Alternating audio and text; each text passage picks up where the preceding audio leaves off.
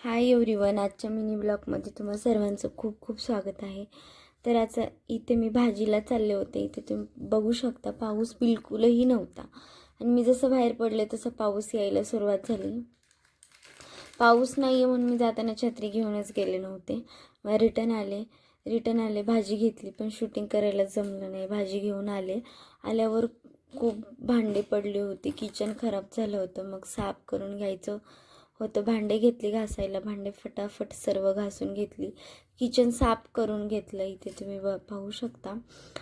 मग आता विचार केला की काय बनवावं. मग संध्याकाळचा टायमिंग होता, कारभारी तेवढ्यात घरी आले. चहाला ठेवलं, चहा बनवून घेतला.